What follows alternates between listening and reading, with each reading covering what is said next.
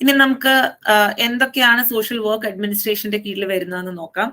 അപ്പം നമുക്കറിയാം social welfare administration എന്ന് പറഞ്ഞിട്ടുണ്ടെങ്കിൽ സോഷ്യൽ പോളിസീസിനെ, ഗവൺമെന്റിന് പലതരത്തിലുള്ള പോളിസീസ് ഉണ്ടാവും. അപ്പൊ അതിനെയൊക്കെ ഒരു സോഷ്യൽ സർവീസ് ആയിട്ട് നമ്മൾ ട്രാൻസ്ഫർ ചെയ്യുന്നതിനാണ്, അല്ലെങ്കിൽ അതിനെ മാറ്റിയെടുക്കുന്നതിനാണ് പറയുന്നത്.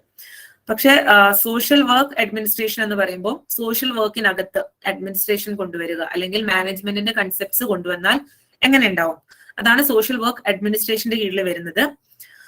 അപ്പം അഡ്മിനിസ്ട്രേറ്റ് എന്ന് പറഞ്ഞിട്ടുണ്ടെങ്കിൽ ഒരു ലാറ്റിൻ വേർഡ് ആണ്. അപ്പൊ അതിന്റെ അർത്ഥം ലുക്കിംഗ് ആഫ്റ്റർ പീപ്പിൾ. ബേസിക്കലി ഈ ഒരു അഡ്മിനിസ്റ്റർ എന്ന് പറയുന്ന വേർഡിന്റെ അർത്ഥം ലുക്കിംഗ് ആഫ്റ്റർ പീപ്പിൾ എന്നാണ്. അപ്പം നമുക്കറിയാം സോഷ്യൽ വർക്കിന്റെ ഒരു എവല്യൂഷൻ നോക്കിയിട്ടുണ്ടെങ്കിൽ ആദ്യകാലങ്ങളിൽ സോഷ്യൽ വർക്ക് എന്ന് പറഞ്ഞാല് ഫിലാൻഡ്രോപിക് ആയിട്ടുള്ള ആൾക്കാർ, അവർക്ക് ബാക്കിയുള്ളവർക്ക് വേണ്ടി എന്തെങ്കിലും കാര്യങ്ങൾ ചെയ്യണമെന്ന് തോന്നി. അപ്പൊ അതിനെ തുടർന്ന് അവര് മുന്നോട്ട് വന്നു. പിന്നെ അതിൽ ചില ആൾക്കാർ ഇതിനെപ്പറ്റി ഡീറ്റെയിൽ ആയിട്ട് പഠിച്ചു. അത് കഴിഞ്ഞ് പിന്നീട് അതൊരു പ്രൊഫഷണൽ ഒരു എന്താ പറയാ ഒരു പ്രൊഫഷണൽ സബ്ജക്റ്റ് ആയിട്ട് മാറി. അപ്പൊ അതിന് പ്രൊഫഷണൽ ട്രെയിനിങ് ഒക്കെ കൊടുക്കാൻ തുടങ്ങി. അപ്പം ഈ ഒരു സിറ്റുവേഷനിൽ തന്നെ നമ്മൾ നോക്കുകയാണെങ്കിൽ ഓർഗനൈസേഷൻസിൽ പലതിലും അത്ര സ്ട്രക്ചേർഡ് ഒന്നും ആയിരുന്നില്ല. ഇപ്പൊ ഒരാൾ ഹെഡ് ചെയ്യുന്നു, അതിന്റെ കീഴിൽ ആരൊക്കെ അപ്പോയിന്റ് ചെയ്യാൻ പറ്റുന്നു അവരൊക്കെ അപ്പോയിന്റ് ചെയ്യുന്നു. അവര് ചെറിയ ചെറിയ കാര്യങ്ങൾ ചെയ്യുന്നു. ചിലപ്പം എന്തെങ്കിലും സർവീസസ് കൊണ്ടേ കൊടുക്കലായിരിക്കും, അല്ലെങ്കിൽ ഫുഡ് ഡിസ്ട്രിബ്യൂട്ട് ചെയ്യലായിരിക്കും, മെറ്റീരിയൽസ് ഡിസ്ട്രിബ്യൂട്ട് ചെയ്യലായിരിക്കും. അപ്പൊ അങ്ങനെ ഒരു ഓർഗനൈസ്ഡ് ആയ മാനറിലൊന്നും ആയിരുന്നില്ല സോഷ്യൽ വർക്ക് ആദ്യകാലങ്ങളിൽ ഉണ്ടായിരുന്നത്. അപ്പൊ നമ്മൾ തന്നെ കേട്ടിട്ടുണ്ടാവും പ്രൊഫഷണൽ നോളജ് ഇല്ലെങ്കിലും പല ആൾക്കാരും സ്വയം സോഷ്യൽ വർക്കർ ആണ് എന്നൊക്കെ ഡിസ്ക്രൈബ് ചെയ്യുന്നത്. അവര് എന്തെങ്കിലും ഫിലാൻത്രോപിക് ആക്ടിവിറ്റീസ് ചെയ്യുന്നുണ്ടാവും, അല്ല എന്തെങ്കിലുമൊക്കെ സോഷ്യൽ സർവീസസ് ചെയ്യുന്നുണ്ടാവും. എന്നിട്ട് അതിന്റെ ബേസിൽ സോഷ്യൽ വർക്കേഴ്സ് ആണെന്നൊക്കെ പറയാറുണ്ട്. വളരെ കോമൺ ആണ്. അപ്പം ആ ഒരു സിറ്റുവേഷനിൽ നിന്ന് കുറച്ചുകൂടെ ഒരു സ്ട്രക്ചേർഡ് ആയിട്ട് ഓർഗനൈസ്ഡ് ആയിട്ടൊക്കെ സോഷ്യൽ വർക്കിനെ മാറ്റുക എന്നുള്ളതാണ് സോഷ്യൽ വർക്ക് അഡ്മിനിസ്ട്രേഷന്റെ കീഴിൽ നടക്കുന്നത്. ഇപ്പൊ ഒരു ഓർഗനൈസേഷനിൽ തന്നെ ഒരു സോഷ്യൽ വെൽഫെയർ ഓർഗനൈസേഷനിൽ തന്നെ പല ലെവൽസിൽ വർക്ക് ചെയ്യുന്ന ആൾക്കാരുണ്ടാകും. അവിടെ പലതരത്തിലുള്ള ആക്ടിവിറ്റീസ് നടക്കുന്നുണ്ടാവും. പ്ലാനിങ് നടക്കുന്നുണ്ട്, ബഡ്ജറ്റിംഗ് നടക്കുന്നുണ്ട്, ഫണ്ടേഴ്സിനെ കണ്ടുപിടിക്കണം. പിന്നെ അതേപോലെ ഗവൺമെന്റിന്റെ പോളിസീസ് ഉണ്ട്, അതിനനുസരിച്ചുള്ള മാറ്റങ്ങൾ വരുന്നുണ്ട്. അപ്പൊ ഈ കാര്യങ്ങളൊക്കെ സോഷ്യൽ വർക്ക് അഡ്മിനിസ്ട്രേഷന്റെ കീഴിലാണ് വരുന്നത്. ഒരു ഇഫക്റ്റീവായിട്ട് എങ്ങനെ ഒരു ഏജൻസിനെ മുന്നോട്ട് കൊണ്ടുപോകാം, അല്ലെങ്കിൽ എല്ലാ കാര്യങ്ങളും അച്ചീവ് ചെയ്യുന്ന തരത്തില് പിന്നെ ഒരു ഏജൻസിയെ അല്ലെങ്കിൽ സോഷ്യൽ വർക്ക് ഓർഗനൈസേഷനെയോ സോഷ്യൽ വെൽഫെയർ ഓർഗനൈസേഷനോ എങ്ങനെ മുന്നോട്ട് കൊണ്ടുപോകാം എന്നാണ് ഈ ഒരു ടോപ്പിക്കിന്റെ കീഴിൽ വരുന്നത്. അപ്പൊ അതില് ഈ ഒരു സോഷ്യൽ വർക്ക് അഡ്മിനിസ്ട്രേഷൻ എന്ന് പറയുമ്പോൾ ഒരു വ്യക്തി ഒറ്റയ്ക്ക് ചെയ്യുന്ന ഒരു കാര്യമല്ല, ഒരു ഓർഗനൈസേഷനിൽ എല്ലാവരുടെയും ഒരു കോർഡിനേറ്റഡ് ആയിട്ടുള്ള ഒരു പ്രവർത്തനത്തിന്റെ പരിണിത ഫലമായിട്ടാണ് ഈ ആക്ടിവിറ്റീസ് ഒക്കെ നടന്നു പോകുന്നത്. അപ്പൊ അവിടെ ഇവർ ഓരോരുത്തരും പലതരത്തിൽ കോൺട്രിബ്യൂട്ട് ചെയ്യുന്നുണ്ട്. ഉദാഹരണത്തിന് ഗോൾ ഫോർമുലേഷനിലും പ്ലാനിങ്ങിലും ഇംപ്ലിമെന്റേഷനിലും ചേഞ്ച് ഇവാലുവേഷൻ, ഈ ഓരോ കാര്യങ്ങളിലും ഓരോ മെമ്പേഴ്സും കോൺട്രിബ്യൂട്ട് ചെയ്യുന്നുണ്ട്. നമ്മൾ ഓൾറെഡി പറഞ്ഞു വോളണ്ടറി ഓർഗനൈസേഷൻസ് വളരെ കോമൺ ആയിട്ട് വരാൻ തുടങ്ങി. അവര് വളരെ എസ്റ്റാബ്ലിഷ്ഡ് ആയിട്ട് ഫംഗ്ഷൻ ചെയ്യാൻ തുടങ്ങി, ഗവൺമെന്റിനോട് ചേർന്ന് ഫംഗ്ഷൻ ചെയ്യാൻ തുടങ്ങി, ഗവൺമെന്റിന്റെ ഫണ്ടുകൾ വരാൻ തുടങ്ങി. ഇപ്പോഴത്തെ കാലത്ത് നമ്മൾ നോക്കുകയാണെങ്കിൽ ഒരുപാട് നോൺ ഗവൺമെന്റൽ ഓർഗനൈസേഷൻസും CSR ഫണ്ടിങ്ങും ഒക്കെ വരുന്നുണ്ട്. അപ്പൊ ഈ ഒരു ഘട്ടത്തിലാണ് മാനേജ്മെന്റ് പ്രിൻസിപ്പിൾസിന്റെ ഒരു ആപ്ലിക്കേഷൻ റെലവെന്റ് ആയി മാറുന്നത്. ഇപ്പൊ 1940s 1914 ആദ്യമായിട്ട് ഒരു സോഷ്യൽ വർക്ക് അഡ്മിനിസ്ട്രേഷന്റെ ക്ലാസ് ഒക്കെ നടക്കുന്നത്. സോ ഇപ്പം മേജർ സോഷ്യൽ പ്രോബ്ലംസ് ഒക്കെ ഹാൻഡിൽ ചെയ്യാൻ വേണ്ടിയിട്ട് ക്രിയേറ്റീവായ പ്രൊജക്ടുകളും പ്രോഗ്രാമുകളും ഒക്കെ ഉണ്ട്. അപ്പൊ നിങ്ങൾ ഒരു ഓർഗനൈസേഷൻ എടുക്കുകയാണെങ്കിൽ ആ ഓർഗനൈസേഷൻ ഒരു ക്ലിയർ സ്ട്രക്ചർ ഉണ്ട്. അതിന്റെ എക്സിക്യൂട്ടീവ് ഓഫീസർ ആയിരിക്കാം, അല്ലെങ്കിൽ ഡയറക്ടർ ആയിരിക്കാം, പിന്നെ ബോർഡ് ഓഫ് ഡയറക്ടേഴ്സ് കാണാം. പിന്നെ താഴോട്ട് വരും തോറും പ്രോഗ്രാം മാനേജ് ചെയ്യുന്ന ആൾക്കാരുണ്ടാവാം, കോർഡിനേറ്റേഴ്സ് ഉണ്ടാവാം, ഓഫീസേഴ്സ് ഉണ്ടാകാം, ഫീൽഡ് ലെവൽ എംപ്ലോയീസ് ഉണ്ടാവാം. അപ്പൊ അങ്ങനെയൊക്കെയാണ് ഒരു NGOയുടെയോ അല്ലെങ്കിൽ ഒരു പിന്നെ ഓർഗനൈസേഷന്റെയോ സ്ട്രക്ചർ വരുന്നത്. അപ്പൊ ആ ഒരു സെക്ടറിൽ വർക്ക് ചെയ്തിട്ടുള്ള ആൾക്കാർക്ക് ഈ ഒരു സ്ട്രക്ചർ ഫെമിലിയർ ആയിരിക്കും. അപ്പം ഈ ഒരു പിന്നെ ഈ ഒരു രീതിയിലാണ് പലതരത്തിലുള്ള പ്രൊജക്ടുകളും പ്രോഗ്രാമുകളും ഒക്കെ ഇംപ്ലിമെന്റ് ചെയ്യുന്നത്. അപ്പൊ അതില് നമ്മൾ സാധാരണ ഒരു ഓർഗനൈസേഷനെയോ അല്ലെങ്കിൽ ഒരു കമ്പനിയോ വെച്ച് കമ്പയർ ചെയ്യുന്ന സമയത്ത് നമ്മുടെ ഒരു ഡെവലപ്മെന്റ് ഓർഗനൈസേഷൻ ഒരു ഡിഫറൻസ് ഉള്ളത് എന്താന്ന് വെച്ചിട്ടുണ്ടെങ്കിൽ ഇതൊരിക്കലും പ്രോഫിറ്റ് ഓറിയന്റഡ് ആയിരിക്കില്ല. ഒരു പ്രോഫിറ്റ് ഉണ്ടാക്കാൻ വേണ്ടി വർക്ക് ചെയ്യുന്ന NGOs ഒന്നും നമ്മുടെ കമ്മ്യൂണിറ്റിയിൽ അത്ര കോമൺ ആയിട്ടില്ല. അത് അധികവും ആൾക്കാരുടെ വെൽഫെയർ ആണ്, അല്ലെങ്കിൽ അവർക്ക് നമ്മുടെ ടാർഗറ്റ് പോപ്പുലേഷൻ ഏതാണോ അവർക്ക് പ്രോഫിറ്റ് ഉണ്ടാക്കുന്ന രീതിയിലാണ് പിന്നെ ഈ ഓർഗനൈസേഷൻസ് അധികവും വർക്ക് ചെയ്യുന്നത്. അതുകൊണ്ടാണ് നമ്മൾ അവരെ നോട്ട് ഫോർ പ്രോഫിറ്റ് ഓർഗനൈസേഷൻസ് എന്നൊക്കെ പറയുന്നത്. അപ്പം 1 by 1 ആയിട്ട് നമുക്ക് എന്തൊക്കെ കാര്യങ്ങളാണ് ഈ ഒരു സോഷ്യൽ വർക്ക് അഡ്മിനിസ്ട്രേഷന്റെ കീഴിൽ വരുന്നതെന്ന് നോക്കാം. ഒരു എംപ്ലോയി, ഒരു സോഷ്യൽ വർക്ക് പ്രൊഫഷണൽ ഒരു ഓർഗനൈസേഷന്റെ എംപ്ലോയി ആയിട്ടും ഒരു സോഷ്യൽ സർവീസ് പ്രൊവൈഡർ ആയിട്ടും പിന്നെ സൂപ്പർവൈസർ ആയിട്ടും സ്റ്റാഫായിട്ടും അങ്ങനെ പല റോളുകളിലാണ് ഒരു സോഷ്യൽ വർക്ക് അല്ലെങ്കിൽ സോഷ്യൽ സർവീസ് ഓർഗനൈസേഷന്റെ ഉള്ളിൽ വർക്ക് ചെയ്യുന്നത്. ഇനി ഈ ഒരു കൺസെപ്റ്റ് ക്ലിയർ ആയി എന്ന് വിചാരിക്കുകയാണ്. അപ്പം ഇതിന്റെ ഡെഫിനിഷൻസ് എന്തൊക്കെയാണെന്ന് നോക്കാം. അപ്പൊ അതില് ട്രെക്കറിന്റെ ഒരു എക്സ്പ്ലനേഷൻ ആണ്. Trekker interprets social work administration as a process of working with people in ways that release and relate their energies so that they use all available resources to accomplish the purpose of providing needed services and programs.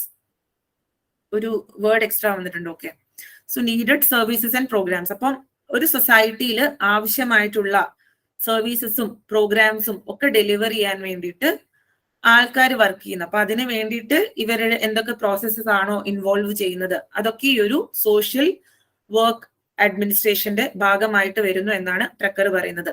അപ്പൊ അതിൽ തന്നെ നമുക്ക് നോക്കിയാൽ കാണാം, planning വരുന്നുണ്ട്, organising വരുന്നുണ്ട്, leadership വരുന്നുണ്ട്, decision making വരുന്നുണ്ട്, കമ്മ്യൂണിക്കേഷൻ വരുന്നുണ്ട്, അതോറിറ്റി, ഇതൊക്കെ ഈ ഒരു അഡ്മിനിസ്ട്രേറ്റീവ് പ്രോസസ്സിന്റെ ഭാഗമാണ്. ഇനി നമ്മൾ നോക്കുമ്പോൾ സോഷ്യൽ വർക്ക് അഡ്മിനിസ്ട്രേഷൻ, അപ്പൊ അതില് പ്രോഗ്രാംസ് ഒക്കെ ഡെവലപ്പ് ചെയ്യുന്നത്, പ്രോപ്പർ ആയിട്ട് പ്രോഗ്രാംസ് പ്ലാൻ ചെയ്ത് അങ്ങനെയാണ് അത് ഡെവലപ്പ് ചെയ്യുന്നത്. ഇപ്പൊ ഒരു കമ്മ്യൂണിറ്റിയിൽ ഒരു ഇഷ്യൂ ഉണ്ടെന്ന് കണ്ടു. ഇപ്പൊ നമ്മുടെ തന്നെ റിയൽ ലൈഫ് എക്സാമ്പിൾസ് എടുത്ത് നോക്കാം. നമ്മുടെ സൊസൈറ്റിയിൽ ഇപ്പം ഒരു ഗവൺമെന്റ് ഒരു പ്രൊജക്ട് ഇംപ്ലിമെന്റ് ചെയ്തു, ഇന്റഗ്രേറ്റഡ് ചൈൽഡ് ഡെവലപ്മെന്റ് സ്കീം, അത് ഇംപ്ലിമെന്റ് ചെയ്തു. അപ്പൊ അതിനനുസരിച്ച് കുട്ടികൾക്ക് അംഗൻവാടികളിലേക്ക് വരാം, അംഗൻവാടികളിൽ വന്നിട്ട് പിന്നെ അവർക്ക് പോഷകാഹാരം കിട്ടുന്നുണ്ട്, അവർക്ക് ബേസിക് ആയിട്ടുള്ള എഡ്യൂക്കേഷൻ കിട്ടുന്നുണ്ട്, വളരെ ലിമിറ്റഡ് ആണ്. പിന്നെ അവർക്ക് അങ്ങനെ പലതരത്തിലുള്ള 6 സർവീസസ് ആണ് ICDS വഴി പ്രൊവൈഡ് ചെയ്യുന്നതെന്ന് വിചാരിക്കാം. പക്ഷെ ഈ സർവീസസ് ഒക്കെ ഗവൺമെന്റ് എൻഷുർ ചെയ്യുന്നുണ്ടെങ്കിലും ഈ സർവീസസ് പലപ്പോഴും ആൾക്കാർ ഉപയോഗിക്കാറില്ല എന്നുള്ള സിറ്റുവേഷൻ. ഇപ്പൊ ഒരു അംഗൻവാടി റൺ ചെയ്യുന്നത് ഒരു അപ്പർ കാസ്റ്റ് അംഗൻവാടി വർക്കർ ആണെന്ന് വിചാരിക്കുക. അപ്പൊ അവിടെ lower caste communities, so called lower caste communities എന്നുള്ള കുട്ടികൾക്ക് വരാൻ പറ്റുന്നില്ല. അപ്പൊ അങ്ങനത്തെ പലതരത്തിലുള്ള പ്രശ്നങ്ങൾ ഉണ്ടാവും. അപ്പൊ അവിടെ ഇന്റർവീൻ ചെയ്യാൻ പോകുന്ന ഒരു ഓർഗനൈസേഷൻ അവർ ഏതൊക്കെ രീതിയിലായിരിക്കും അവരവരുടെ പ്രോഗ്രാംസ് ഡെവലപ്പ് ചെയ്ത് വരിക, അപ്പൊ അവിടെയുള്ള എക്സിസ്റ്റിംഗ് സിറ്റുവേഷൻസ് എന്താണ്, എന്തൊക്കെ പ്രശ്നങ്ങളാണ് അവിടെ ഉള്ളത്, നമ്മുടെ ഇന്റർവെൻഷൻ അവിടെ വരുന്നുണ്ടെങ്കിൽ അവിടെ എന്തൊക്കെ തരത്തിലുള്ള റിയാക്ഷൻസ് ആണ് ഉണ്ടാകുന്നത്, അങ്ങനെ എല്ലാ കാര്യങ്ങളെ പറ്റി വിശദമായി പഠിച്ചിട്ടാണ് അവരൊരു ഇന്റർവെൻഷൻ സ്റ്റാർട്ട് ചെയ്യുക. പിന്നെ financial and other needed resources are required. ഇപ്പൊ ഒരു ഏജൻസി ഇങ്ങനത്തെ ഒരു സെറ്റപ്പിൽ വർക്ക് ചെയ്യാൻ പോകുമ്പോൾ അവർക്ക് ഡയറക്റ്റ് ആയിട്ട് ചെന്ന് അവിടെ ഇന്റർവീൻ ചെയ്യാൻ പറ്റില്ല. അവർക്ക് അഡീഷണൽ ആയിട്ട് റിസോഴ്സസ് വേണ്ടി വരും. ഉദാഹരണത്തിന് അംഗൻവാടി കെട്ടിടമുണ്ട്, പക്ഷെ അത് വളരെ മോശം അവസ്ഥയിലാണ് റൺ ചെയ്തുകൊണ്ടിരിക്കുന്നത്. അപ്പൊ അവിടെ അത് പഞ്ചായത്തിന് ഇതിൽ പ്രത്യേകിച്ച് താല്പര്യമൊന്നുമില്ല, അത് ഇഫക്റ്റീവ് ആയിട്ട് വർക്ക് ചെയ്യുന്ന ഒരു പഞ്ചായത്തല്ല. അപ്പൊ നമ്മൾ ഇവിടെ വർക്ക് ചെയ്യാൻ പോകുമ്പോൾ ഏതെങ്കിലും തരത്തിലുള്ള പിന്നെ സപ്പോർട്ട് അവർക്ക് കൊടുക്കണം. അപ്പം ബിൽഡിങ്സ് ആയിട്ടോ അല്ലെങ്കിൽ പിള്ളേർക്കുള്ള ടോയ്സ് ആയിട്ടോ എന്തെങ്കിലുമൊക്കെ ചെയ്യാൻ പറ്റുമെങ്കിൽ അതിനുള്ള റിസോഴ്സസ് എവിടെ നിന്നാണ് മൊബിലൈസ് ചെയ്യുന്നത്. പിന്നെ അതേപോലെ ഏതൊക്കെ ഗ്രൂപ്പുകളാണ് നമ്മളെ സപ്പോർട്ട് ചെയ്യാൻ സാധ്യതയുള്ളത്. ഇപ്പം അവിടെ സ്ത്രീകളുടെ ഒരു ഗ്രൂപ്പ് ഉണ്ട്, അല്ലെങ്കിൽ ഒരു സെൽഫ് ഹെൽപ്പ് ഗ്രൂപ്പ് ഉണ്ട്, അവർക്ക് നമ്മൾ ഏതൊക്കെ രീതിയിൽ സപ്പോർട്ട് ചെയ്യാൻ പറ്റും. അല്ലെങ്കിൽ ചില ആൾക്കാരുണ്ട് അവർ നമ്മളെ സപ്പോർട്ട് ചെയ്യില്ല, അപ്പൊ അവരുടെ അടുത്ത് നിന്ന് നമുക്ക് റിയാക്ഷൻസ് ഉണ്ടാവും. അപ്പൊ ഇങ്ങനെയുള്ള കാര്യങ്ങളൊക്കെ വിശദമായി പഠിച്ചിട്ടാണ് ഇവരൊരു സോഷ്യൽ വർക്ക് ഇന്റർവെൻഷൻ തുടങ്ങുന്നത്. പിന്നെ അതേപോലെ ഒരു ഓർഗനൈസേഷന്റെ സ്ട്രക്ചർ, ഇപ്പോ ഈ ഒരു പ്രോഗ്രാമിന് വേണ്ടിയിട്ട് ഈ ഒരു പ്രോഗ്രാം നമ്മൾ ഇംപ്ലിമെന്റ് ചെയ്യാണ്. ഈ പ്രോഗ്രാമിൽ ആരൊക്കെയാണ് വർക്ക് ചെയ്യുന്നത്, സ്റ്റേറ്റ് ലെവലിലാണോ വർക്ക് ചെയ്യുന്നത് അതോ ഡിസ്ട്രിക്ട് ലെവലിലാണോ വർക്ക് ചെയ്യുന്നത്, അപ്പൊ അവർ സ്റ്റാഫ് എങ്ങനെയായിരിക്കും, ഒരു ഡിസ്ട്രിക്ട് കോർഡിനേറ്റർ ഉണ്ടായിരിക്കും. പിന്നെ അവരുടെ കീഴിൽ വരുന്ന ബ്ലോക്ക് ലെവലിലാണോ വർക്ക് ചെയ്യുന്നത് അതോ വില്ലേജ് ലെവലിലാണോ വർക്ക് ചെയ്യുന്നത്, പിന്നെ ഔട്ട്റീച്ച് അങ്ങനെ ചെയ്യുന്നത് ആരായിരിക്കും, ഫീൽഡ് ലെവൽ വർക്കേഴ്സ് ആരായിരിക്കും, ഈ കാര്യങ്ങളൊക്കെ പ്രോപ്പർ ആയിട്ട് ഡിസൈൻഡ് ആയിരിക്കും. പിന്നെ സ്റ്റാഫ് കപ്പാസിറ്റി, എത്ര സ്റ്റാഫ് വേണം, ഇപ്പം ഈ ഒരു പോപ്പുലേഷൻ 1,00,000 ആൾക്കാരാണുള്ളത്, അല്ലെങ്കിൽ ഇവിടെ 10,000 കുട്ടികളാണുള്ളത്, ഈ കുട്ടികളുടെ ഇടയിൽ വർക്ക് ചെയ്യാൻ വേണ്ടിയിട്ട് നമുക്ക് എത്ര സ്റ്റാഫ് വേണം, ആ റേഷ്യോ എങ്ങനെയാണ്, ഈ കാര്യങ്ങളൊക്കെ പിന്നെ ഡിസൈഡ് ചെയ്യേണ്ട ആവശ്യമുണ്ട്. പിന്നെ അതേപോലെ ഏജൻസിയുടെ പ്രോഗ്രാം, ഈ ഒരു ഏജൻസിയുടെ മോട്ടോ എന്താണ്, ഇവർ ഈ റൺ ചെയ്യുന്ന പലതരത്തിലുള്ള പ്രോഗ്രാംസ് ഒരു ഏജൻസി തന്നെ റൺ ചെയ്യുന്നുണ്ടാവും. അവര് മെറ്റേണൽ ഹെൽത്തിൽ വർക്ക് ചെയ്യുന്നുണ്ടാവാം, എഡ്യൂക്കേഷനിൽ വർക്ക് ചെയ്യുന്നുണ്ടാവാം, എംപ്ലോയബിലിറ്റിയിൽ വർക്ക് ചെയ്യുന്നുണ്ടാവാം. അപ്പൊ ഇവരുടെ പ്രോഗ്രാംസ് ഒക്കെ അസസ് ചെയ്തിട്ട് ഏറ്റവും സൂട്ടബിൾ ആയ പ്രോഗ്രാം എന്താണ്, ഇതൊക്കെ ഡിസൈഡ് ചെയ്തിട്ടാണ് എപ്പോഴും ഒരു നോട്ട് ഫോർ പ്രോഫിറ്റ് ഓർഗനൈസേഷനോ അല്ലെങ്കിൽ ഒരു NGOയോ ഒരു ഏജൻസിയോ ഒക്കെ ഒരു വർക്ക് സ്റ്റാർട്ട് ചെയ്യുന്നത്. അപ്പം ഇതേപോലെ ഈ ഒരു പൊസിഷനിൽ നിങ്ങൾ ഒരു ഗവൺമെന്റ് ഏജൻസിയുടെ ഭാഗമായിട്ട് വർക്ക് ചെയ്യുന്ന സമയത്ത് ഇത്തരത്തിലുള്ള പല ആക്ടിവിറ്റീസും, ഇപ്പം ഹെൽത്ത് റിലേറ്റഡ് ആയിട്ടുള്ള കമ്മ്യൂണിക്കേഷനിലാണ് നിങ്ങൾ ഇൻവോൾവ് ചെയ്യുന്നതെന്ന് വിചാരിക്കുക. അപ്പൊ എങ്ങനെ കമ്മ്യൂണിക്കേറ്റ് ചെയ്താലാണ് ആൾക്കാരിലേക്ക് കൂടുതൽ ചെന്നെത്തുക, അല്ലെങ്കിൽ ഏത് തരത്തിലുള്ള പ്ലാനിംഗ് ആണ് നമുക്ക് വേണ്ടത്, ഷോർട്ട് ടേം പ്ലാനിംഗ് വേണോ, ലോങ് ടേം പ്ലാനിംഗ് വേണോ. പ്ലാനിംഗ് എപ്പോഴും ഡിസൈഡ് ചെയ്യുന്നത് ഫണ്ടിന്റെ അവൈലബിലിറ്റി അനുസരിച്ചായിരിക്കും. അപ്പൊ നമുക്ക് എങ്ങനെയുള്ള ഫണ്ടിങ് ആണുള്ളത്, അങ്ങനെ പല കാര്യങ്ങളും ഒരു ഓർഗനൈസേഷനിൽ നടക്കുന്നുണ്ട്. പലപ്പോഴും ഈ ഒരു ആസ്പെക്റ്റിന് സോഷ്യൽ വർക്കിൽ ഒരുപാട് അറ്റൻഷൻ കിട്ടാറില്ല. സോഷ്യൽ വർക്കേഴ്സ് തന്നെ ഈ അഡ്മിനിസ്ട്രേറ്റീവ് കപ്പാസിറ്റിയിലേക്ക് വരുന്നു എന്നല്ലാതെ ഈ ഒരു മാനേജീരിയൽ അല്ലെങ്കിൽ അഡ്മിനിസ്ട്രേറ്റീവ് എക്സ്പീരിയൻസ് ഉള്ള ആൾക്കാർ സോഷ്യൽ വർക്കിലേക്ക് കടന്നു വരുന്നത് വളരെ കുറവായിരുന്നു. പക്ഷെ ഇപ്പം ഈ ഒരു ടെൻഡൻസിക്ക് മാറ്റം വന്നിട്ടുണ്ട്. പല സ്ഥാപനങ്ങളും വളരെ എസ്റ്റാബ്ലിഷ്ഡ് ആയിട്ടാണ് റൺ ചെയ്യുന്നത്. അവരുടെ സ്റ്റാഫിനൊക്കെ അപ്പോയിന്റ് ചെയ്യുന്ന പല ഫീൽഡുകളിൽ നിന്നുള്ള എക്സ്പേർട്സിനൊക്കെ അപ്പോയിന്റ് ചെയ്താണ് വർക്ക് ചെയ്യുന്നത്. ഇനി ഈ ഒരു സോഷ്യൽ വർക്ക് അഡ്മിനിസ്ട്രേഷന്റെ സ്കോപ്പ് എന്തൊക്കെയാണെന്ന് നോക്കാം. അപ്പം സോഷ്യൽ പ്രോബ്ലംസ്, അപ്പം ബേസിക്കലി സോഷ്യൽ പ്രോബ്ലംസ് ഉള്ള സ്ഥലങ്ങളിലാണ് സോഷ്യൽ വർക്ക് അഡ്മിനിസ്ട്രേഷന്റെ സ്കോപ്പ് ഏറ്റവും അധികം ഉള്ളത്. അവിടെ എന്തൊക്കെ പ്രശ്നങ്ങളാണുള്ളത്, റിഫോം വഴിയാണോ അല്ലെങ്കിൽ എന്തെങ്കിലും നിയമനിർമ്മാണത്തിലൂടെ ഇപ്പം എന്തെങ്കിലും തരത്തിലുള്ള അഡ്വക്കസി വഴിയായിട്ട് നമുക്ക് മാറ്റങ്ങൾ ഉണ്ടാക്കാൻ പറ്റുമോ.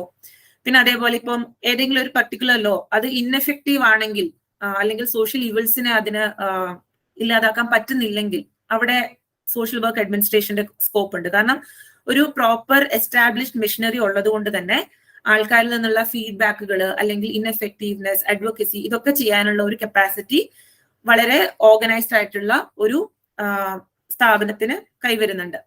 ഇപ്പൊ ഒരു ഇൻഎഫക്റ്റീവ്നെസ് ഓഫ് ലോ അതിന്റെ ഒരു എക്സാമ്പിൾ പറയുകയാണെങ്കിൽ ഇപ്പൊ നമുക്കറിയാം, നമുക്ക് നമ്മുടെ നിയമം അനുസരിച്ച് ബാൻ ചെയ്തിട്ടുള്ള ഒരു കാര്യമാണ് ശൈശവ വിവാഹം എന്ന് പറയുന്നത്. അപ്പം ഈ ഒരു നിയമം ഗവൺമെന്റ് ഇംപ്ലിമെന്റ് ചെയ്തു. പക്ഷെ കുറച്ച് നാളുകൾക്ക് മുമ്പ് ഒരു 2017 ഒരുപാട് പഠനങ്ങൾ പുറത്തു വന്നിരുന്നു. ഈ ഒരു നിയമം കാരണം ഒരുപാട് ആദിവാസി യങ്സ്റ്റേഴ്സ് അറസ്റ്റ് ചെയ്യപ്പെട്ടിട്ടുണ്ടെന്ന്. അപ്പൊ അതിന്റെ റീസൺ എന്താണെന്ന് വെച്ചിട്ടുണ്ടെങ്കിൽ 18 വയസ്സിന് താഴെയുള്ള വിവാഹം നടത്തരുത് എന്നുള്ള നിയമം നിലനിൽക്കുന്നുണ്ടെന്നുള്ള കാര്യം ഈ കമ്മ്യൂണിറ്റീസിനൊന്നും അറിയില്ല. അപ്പം ഈ കമ്മ്യൂണിറ്റീസിന് അറിയാത്തത് കൊണ്ട് തന്നെ ഇവരുടെ ട്രഡീഷണൽ ആയിട്ടുള്ള ആചാരങ്ങൾ അനുസരിച്ച് ഇങ്ങനത്തെ കല്യാണങ്ങൾ നടക്കുന്നു. പിന്നെ സോഷ്യൽ വർക്കേഴ്സ് ചെല്ലുമ്പോഴാണ് അറിയാം ഇവർ അണ്ടർ ഏജ്ഡ് ആയിട്ടുള്ള ആൾക്കാരാണ് കല്യാണം കഴിച്ചിരിക്കുന്നത്. അപ്പൊ അവിടെ പിന്നെ ഇവര് അറസ്റ്റിലാകുന്നു, അങ്ങനത്തെ കേസസ് ഒക്കെ ഉണ്ടായിട്ടുണ്ടായിരുന്നു.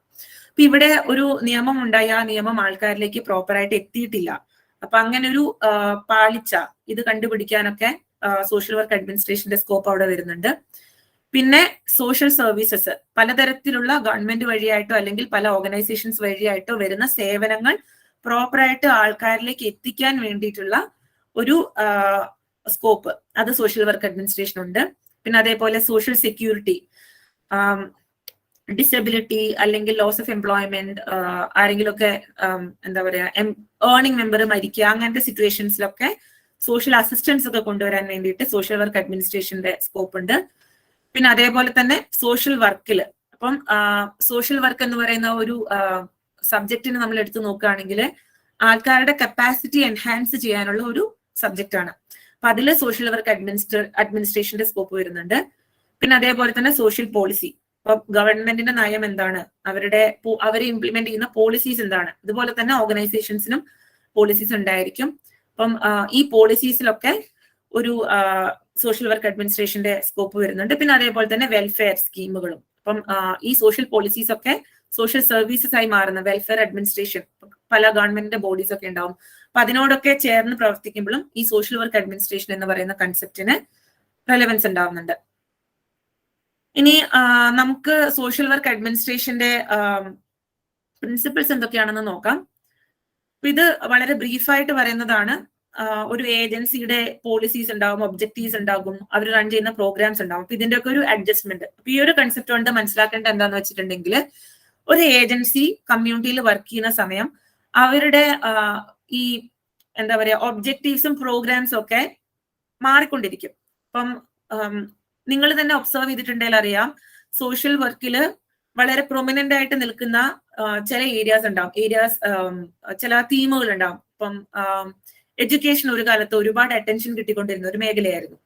എല്ലാ ഫണ്ടിങ്ങും എഡ്യൂക്കേഷനിലേക്കായിരുന്നു പോയിക്കൊണ്ടിരുന്നത്. അപ്പൊ ഒരുപാട് ഓർഗനൈസേഷൻസ് എഡ്യൂക്കേഷനിൽ വർക്ക് ചെയ്യുന്നുണ്ടായിരുന്നു, അവർക്കൊക്കെ നല്ല ഫണ്ടിങ് ഉണ്ടായിരുന്നു. കുറച്ച് കഴിയുമ്പം ഇപ്പൊ കൊറോണയൊക്കെ വന്നു. അപ്പൊ ആ ഒരു ഇൻട്രസ്റ്റ്, ഫണ്ട് ചെയ്യുന്ന സ്ഥാപനങ്ങളുടെ ഇൻട്രസ്റ്റ് ആകാം, അല്ലെങ്കിൽ പോളിസി മേക്കേഴ്സിന്റെ ഇൻട്രസ്റ്റ് ആകാം, അത് ഹെൽത്തിലേക്ക് തിരിഞ്ഞു. അപ്പം എന്ത് ചെയ്തു, കുറെ ഓർഗനൈസേഷൻസ്, ഹെൽത്തിൽ വർക്ക് ചെയ്യുന്ന ഓർഗനൈസേഷൻസിന് കൂടുതൽ ഫണ്ടിങ് കിട്ടാൻ തുടങ്ങി, അവർക്ക് കൂടുതൽ വിസിബിലിറ്റി ഉണ്ടാവാൻ തുടങ്ങി.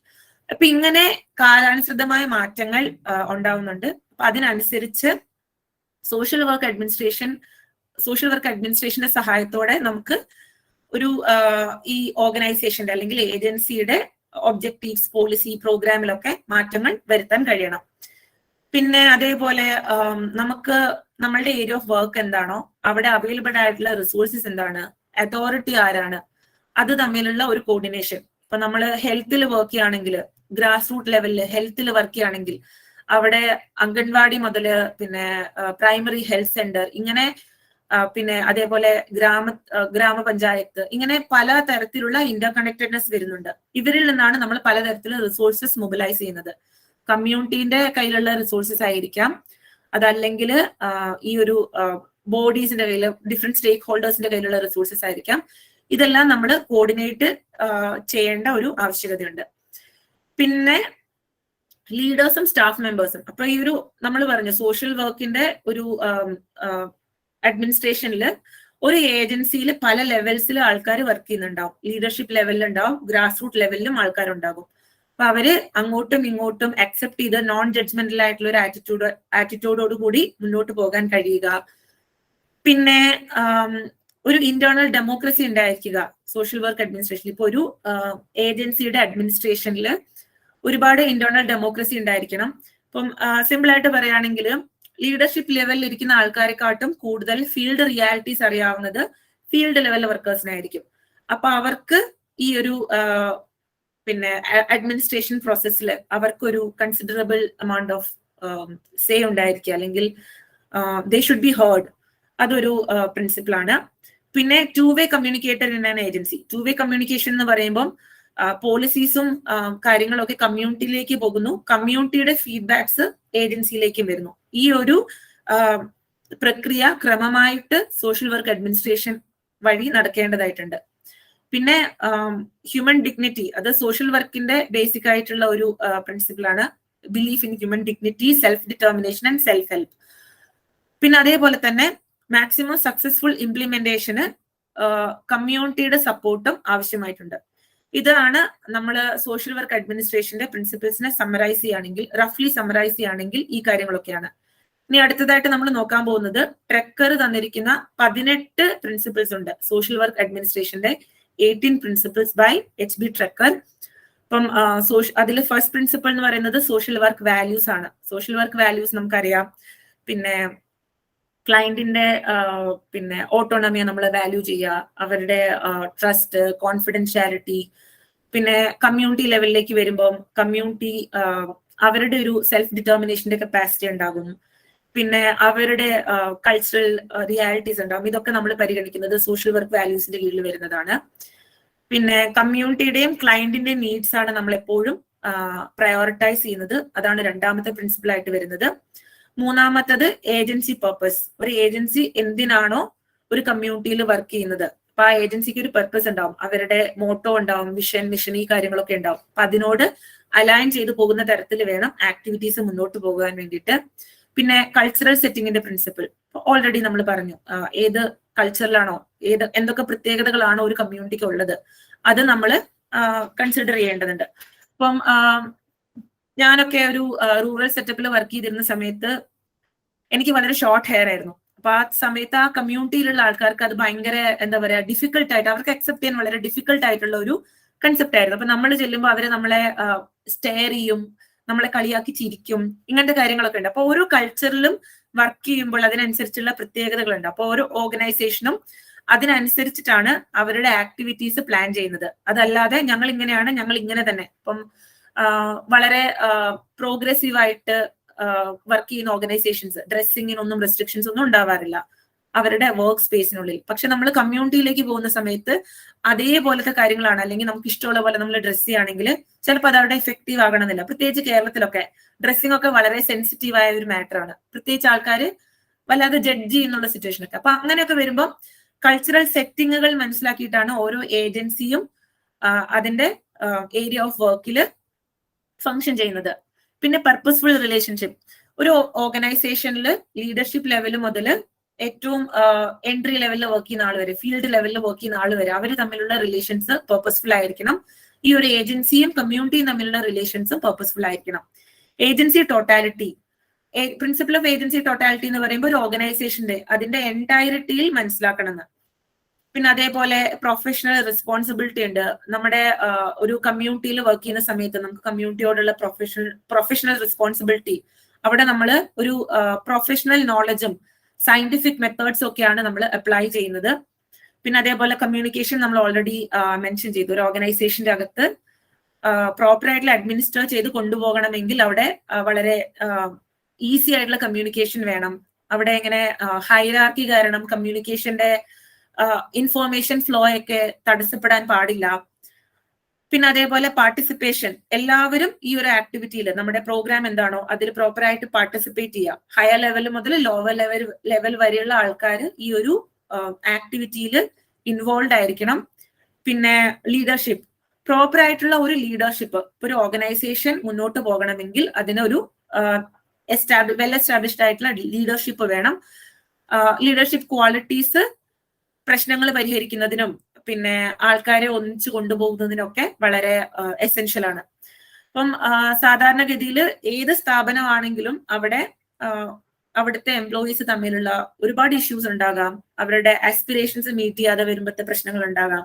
അപ്പൊ ഇതെല്ലാം തന്നെ ഒരു സോഷ്യൽ വെൽഫെയർ ഓർഗനൈസേഷനിലും ഒരു ഏജൻസിയിലും ഒക്കെ വിസിബിൾ ആണ്. അപ്പൊ ഇങ്ങനത്തെ കാര്യങ്ങളൊക്കെ ഒരു എന്താ പറയാ വെൽ കേപ്പബിൾ ആയിട്ടുള്ള സോഷ്യൽ വർക്ക് അഡ്മിനിസ്ട്രേറ്ററിന് പരിഹരിക്കാൻ കഴിയണം. പിന്നെ പ്ലാനിങ് വരുന്നുണ്ട്. ആക്ടിവിറ്റീസ് എങ്ങനെയാണ് പ്ലാൻ ചെയ്യുന്നത്, ഷോർട്ട് ടേം ആണോ ലോങ് ടേം ആണോ, അതൊക്കെ ബജറ്റിനനുസരിച്ചിട്ടാണ്. അപ്പൊ അതിനനുസരിച്ച് നമ്മുടെ ഫണ്ട് അലോക്കേറ്റ് ചെയ്യുന്നത്. പിന്നെ ഒരു സ്ഥലത്ത് നമ്മൾ വർക്ക് ചെയ്യുന്നു, കുറച്ച് നാൾ കഴിഞ്ഞ് നമുക്ക് കാലാകാലങ്ങൾ ഒരു കമ്മ്യൂണിറ്റിയിൽ തന്നെ വർക്ക് ചെയ്തുകൊണ്ടിരിക്കാൻ പറ്റില്ല. അപ്പം ആ കമ്മ്യൂണിറ്റിയിൽ നിന്ന് വിഡ്രോ ചെയ്യേണ്ടത് എങ്ങനെയാണ്, അതിന്റെ ഗൈഡ് ലൈൻസ് എന്തൊക്കെയാണ്. അപ്പോൾ ഈ കാര്യങ്ങളൊക്കെ പ്ലാനിങ്ങിന്റെ ഭാഗമായിട്ട് വരുന്നുണ്ട്. എത്ര വർഷത്തേക്കാണ് ഈ ഒരു പ്രോഗ്രാം അല്ലെങ്കിൽ ഒരു പ്രൊജക്ട് നമ്മളിവിടെ റൺ ചെയ്യുന്നത്, അപ്പൊ നമ്മൾ എക്സിറ്റ് പോയിന്റ് എങ്ങനെയാണ് തുടങ്ങിയ കാര്യങ്ങളൊക്കെ പ്ലാനിങ്ങിന്റെ ഭാഗമായിട്ട് വരുന്നുണ്ട്.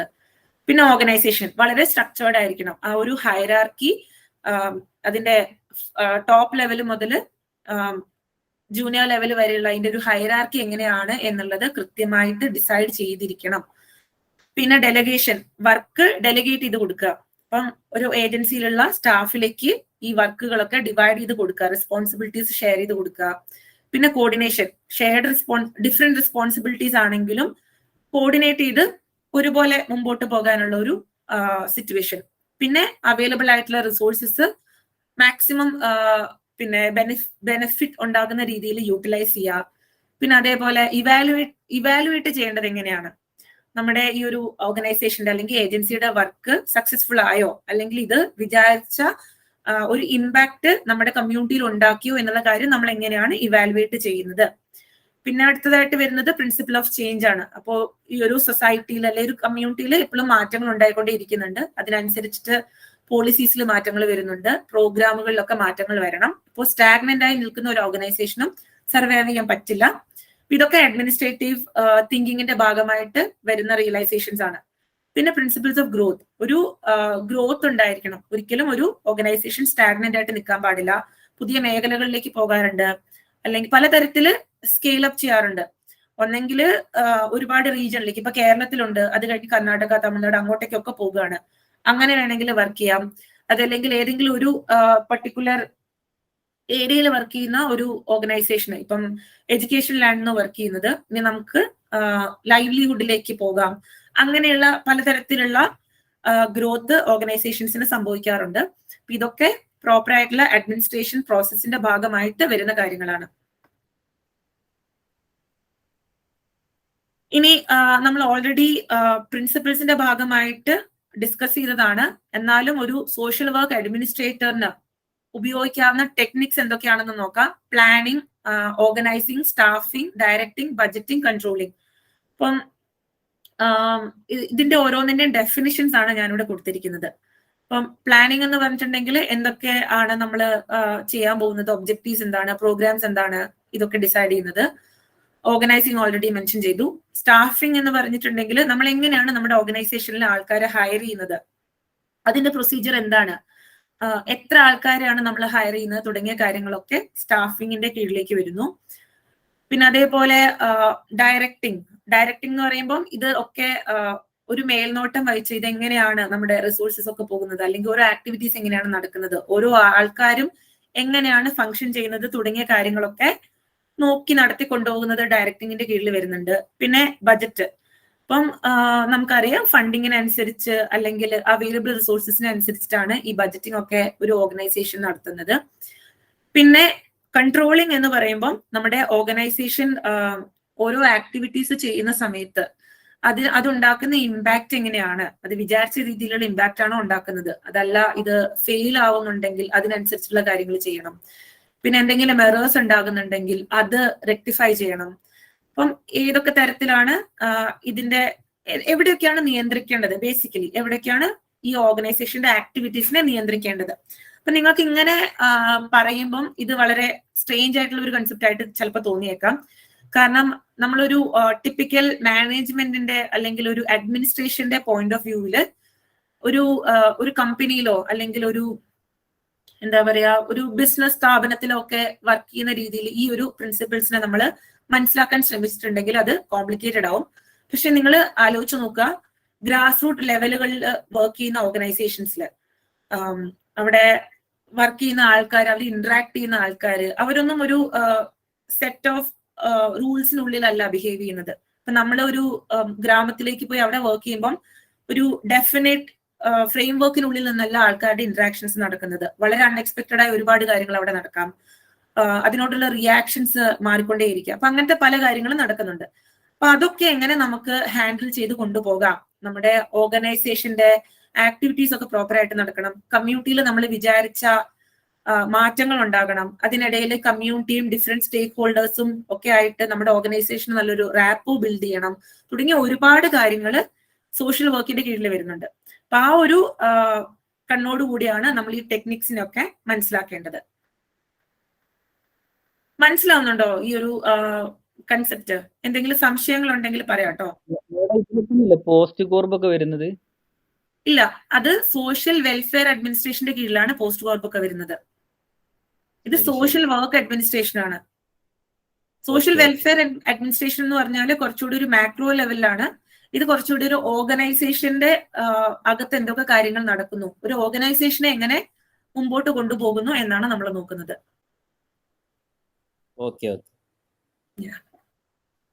നമ്മുടെ സിലബസിൽ ഈ തന്നിരിക്കുന്ന ഡെഫിനിഷൻസ് ഒക്കെ ആണെങ്കിൽ തന്നെ അഡ്മിനിസ്ട്രേഷൻ, സോഷ്യൽ വെൽഫെയർ അഡ്മിനിസ്ട്രേഷനിലും സോഷ്യൽ വർക്ക് അഡ്മിനിസ്ട്രേഷനിലും ഒക്കെ ഇന്റർചേഞ്ചബിളി യൂസ് ചെയ്യുന്നുണ്ട്. പിന്നെ ഈ ഒരു ഫീൽഡിൽ മേജർ ആയിട്ടുള്ള പഠനങ്ങൾ നടത്തിയിരിക്കുന്ന ട്രെക്കർ ആണ്. അപ്പം അവരുടെ മെറ്റീരിയൽസ് ഒക്കെയാണ് ഞാൻ റെഫർ ചെയ്തിരിക്കുന്നത്. ഇനി ഒരു സോഷ്യൽ വർക്കറും സോഷ്യൽ വർക്ക് അഡ്മിനിസ്ട്രേറ്ററും തമ്മിലുള്ള ഡിഫറൻസ് എന്താണെന്ന് നോക്കാം.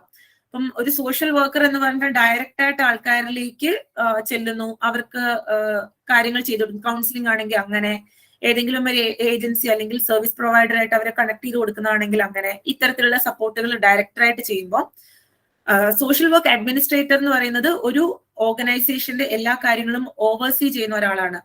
അപ്പൊ ഒരു ഗവൺമെന്റ് ബോഡി ആയിരിക്കാം. അപ്പൊ അതാണ് പറഞ്ഞത്, നിങ്ങളുടെ ഈ ഒരു പൊസിഷനിൽ പിന്നെ ഹെൽത്ത് സർവീസസിന്റെ ഭാഗമായിട്ട് വർക്ക് ചെയ്യുമ്പോൾ അവിടുത്തെ ഫങ്ഷൻസ്, ആ ഒരു ഡിപ്പാർട്ട്മെന്റിന്റെ ഫങ്ഷൻസ് ഓവർസീ ചെയ്യാനും അത് പിന്നെ എന്താ പറയാ അതിന്റെ പല കാര്യങ്ങളും ഇംപ്ലിമെന്റ് ചെയ്യാനും പ്ലാൻ ചെയ്യാനും ആ ഒരു കപ്പാസിറ്റിയിലാണ് നിങ്ങൾക്ക് ഈ ഒരു സബ്ജക്റ്റിനെ മനസ്സിലാക്കേണ്ടത്.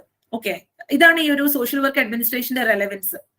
നിങ്ങളുടെ റോളുമായിട്ട് വളരെ കണക്റ്റഡ് ആയിട്ട് നിൽക്കുന്ന ഒരു ടോപ്പിക്കാണ്. പിന്നെ സോഷ്യൽ വർക്ക് അഡ്മിനിസ്ട്രേറ്ററിന്റെ പ്രധാനപ്പെട്ട റെസ്പോൺസിബിലിറ്റീസ് ആയിട്ട് വരുന്നത് ഓൾറെഡി നമ്മൾ മെൻഷൻ ചെയ്തതുപോലെ ബജറ്റ് എന്താണെന്ന്, ബജറ്റ് ഒക്കെ ഡിസൈഡ് ചെയ്യുന്നത്, പിന്നെ അതേപോലെ കമ്മ്യൂണിറ്റിയുടെ നീഡ് അനലൈസ് ചെയ്യുന്നത്. അപ്പൊ അതിന് നമ്മൾ പലതരത്തിലുള്ള മെത്തേഡ്സ് യൂസ് ചെയ്യാറുണ്ട്. ഇവാലുവേഷൻസ് നടത്താം, ഇന്റർവ്യൂസ് നടത്താം, സർവേസ് നടത്താം, കേസ് സ്റ്റഡീസ് നടത്താം. എപ്പോഴും നമ്മളൊരു പ്രോഗ്രാം ഇംപ്ലിമെന്റ് ചെയ്യുന്നതിന് മുമ്പ് അല്ലെങ്കിൽ അത് പ്ലാൻ ചെയ്യുന്നതിന് മുമ്പ് കമ്മ്യൂണിറ്റിയുടെ ആവശ്യങ്ങളുമായിട്ട് അല്ലെങ്കിൽ ഫെൽറ്റ് നീഡ്സുമായിട്ട് ഇത് മാച്ച് ആവുന്നുണ്ടോ എന്നുള്ളൊരു കാര്യം പരിശോധിക്കേണ്ടതായിട്ടുണ്ട്. പിന്നെ അതേപോലെ നമ്മളിപ്പോ ഒരു പ്രോബ്ലം ഐഡന്റിഫൈ ചെയ്തു, അപ്പൊ അതിന് സൂട്ടബിൾ ആയിട്ടുള്ള ഒരു പ്രോഗ്രാം നമ്മൾ ഡെവലപ്പ് ചെയ്യാണ്. ഇപ്പം കുടുംബശ്രീ തന്നെ ഒരു എക്സാമ്പിൾ ആയിട്ട് എടുത്തിട്ടുണ്ടെങ്കിൽ ഇങ്ങനെ ഒരു നീഡ് കണ്ടു, അതിന് റെസ്പോൺസ് ആയിട്ടാണ് ഇത്തരത്തിലൊരു പ്രോഗ്രാം ഡെവലപ്പ് ചെയ്ത് വന്നത്. അതുപോലെ നിങ്ങൾ നോക്കിയിട്ടുണ്ടെങ്കിൽ ഓരോ റീജിയണിലും അങ്ങനെ പ്രശ്നങ്ങൾ മനസ്സിലാക്കി ഡെവലപ്പ് ചെയ്ത് വന്ന പലതരത്തിലുള്ള പ്രോഗ്രാമുകളെ കാണാം. അപ്പൊ അതൊക്കെ കമ്മ്യൂണിറ്റിയുടെ നീഡ്സിൽ നിന്നാണ് ഡെവലപ്പ് ചെയ്ത് വന്നിരിക്കുന്നത്.